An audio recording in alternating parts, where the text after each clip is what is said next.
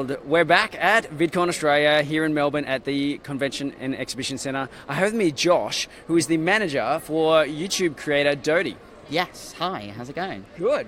Manager, so you're actually the first manager I've met for a YouTube creator. Oh. Mate, what does that role involve? Everything that the creator doesn't do, that's me. So we see the creator on screen and you're behind the scenes. Yes. Give us some examples of some of the stuff you do. So, for instance, Dodie's a musician, so putting out that music requires a lot of administrative detail. So whether or not it's having contacts with people at Spotify or Apple, or even like making of physical copies of like the EP or whatever like that, every single bit that requires like a campaign too. Like, you can't just think that somebody's just like, they make music, they put it out and that's it. There's the huge process, and it kind of requires me to use a bit of knowledge, but also a lot of people, like contacts, just saying, they're really good, let's get them involved, let's do all this kind of stuff. And so helping and developing and building Dodie's career is like number one for me. And that's really what a manager like myself does. And a lot of other people, like how some people on the creator side, like they might have a team in place when it comes to the editing process or something like that, putting those people in place. Dodie doesn't have that, so it's all very DIY. But there is like... So is that you as well? Me, I don't do that. I need to let her do the YouTube part of making the videos, because at the end of the day, they're making art and stuff that she's very happy about. Yes. And I think that... So she's still the creator. She's still she's still got her hands in it all and doing it all. Yeah. Oh yeah, 100%. I mean, it all starts with her, but then she'll come up with the idea of, I want this. So then it's my job to then go, oh, I've got to make that. Cool. Because without her making up the ideas, then, you know, it all starts... That would be terrible to start with, I guess. And how long ago did you come into the picture? 2 years ago. Okay, and that was... And how long had Dodie been up and running before then? Since 2011. So she went from having... When I first started working with her, she had about 250,000 subscribers. Then now she's at 1.2 million. So, which is great. That's fantastic. If you look at statistics and you want to, like... earn your goals by achieving goals, by saying, you know, that's the milestone, etc. That's fantastic. But for me, it's always like, we can do better, we can build, we can get better. And her audience is so amazing, they're so engaging, and they're like the most incredibly friendly people that I've ever met and dealt with, which is so nice, because I know so many people that have absolute nightmares. They're just like, they're crazy, they're mad, and it's like, but they're people, and they are what is helping with, you know, careers and stuff like that. So don't push them away too much. Yep. Make sure that they're part of it as much as you want to, like, kind of expand, I suppose. Yeah. I've heard a few people say that, you know, when they're actually sharing that they're a YouTube creator, that they're not being taken seriously by people, or people actually don't even understand what that is. Yeah. But, you know, Dodie, 1.2 million subscribers, I think that's absolutely sensational. So at 250,000, I imagine she was monetizing back then. Yeah. And what does that kind of look like in, you know, back then versus now? There are so many different avenues now.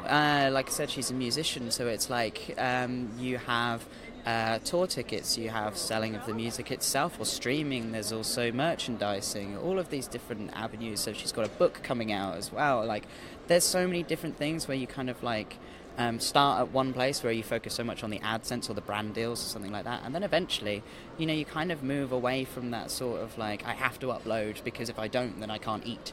You sort of then have this comfortable sort of space where your revenue is like, okay, we're fine now, we know we can do that. She can take a step back, not from having to like upload for the monetary reasons, it's mostly for the creative reasons. Like, her brain works where she needs to upload because she wants to and she has to, and because her audience are there and they're waiting for it. So I think, when the numbers went up, there was definitely a space where it kind of went, a place where it just definitely became a bit broader and wider of where to monetize from.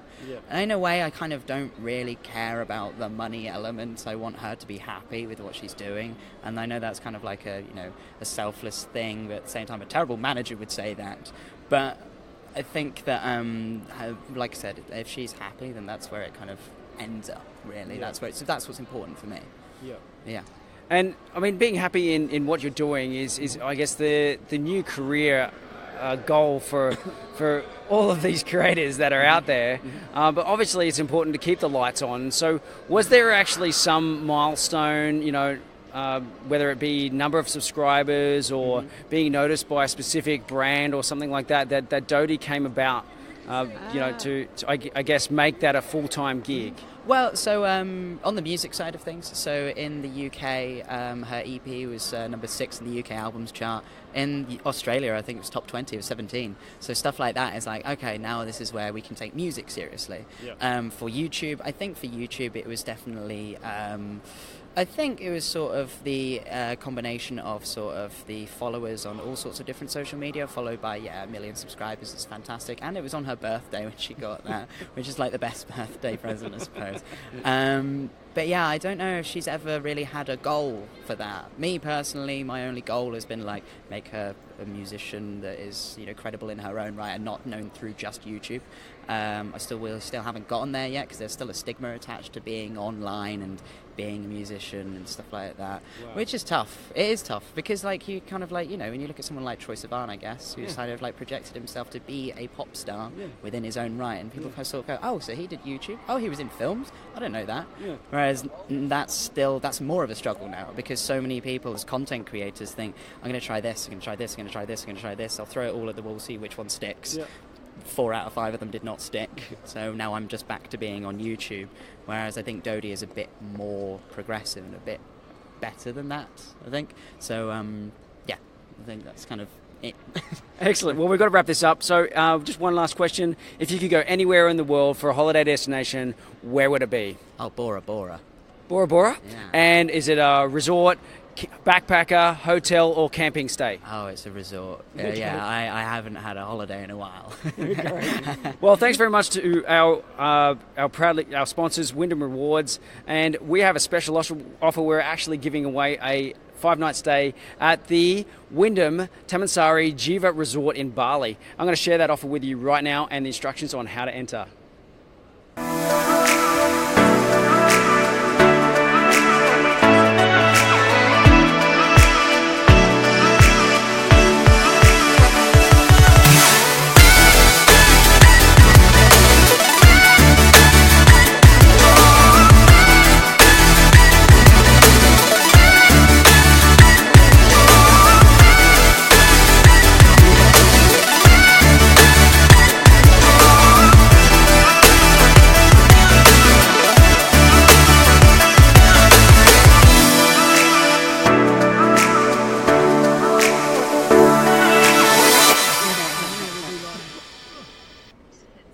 Great. So thanks very much, Josh, manager for YouTube creator Dodie. And mate, just want to give a shout out to anyone out there. Who do you want to like and tag in this video that you would take on a holiday? Oh God, Elle Mills. I love Elle Mills. She's insane.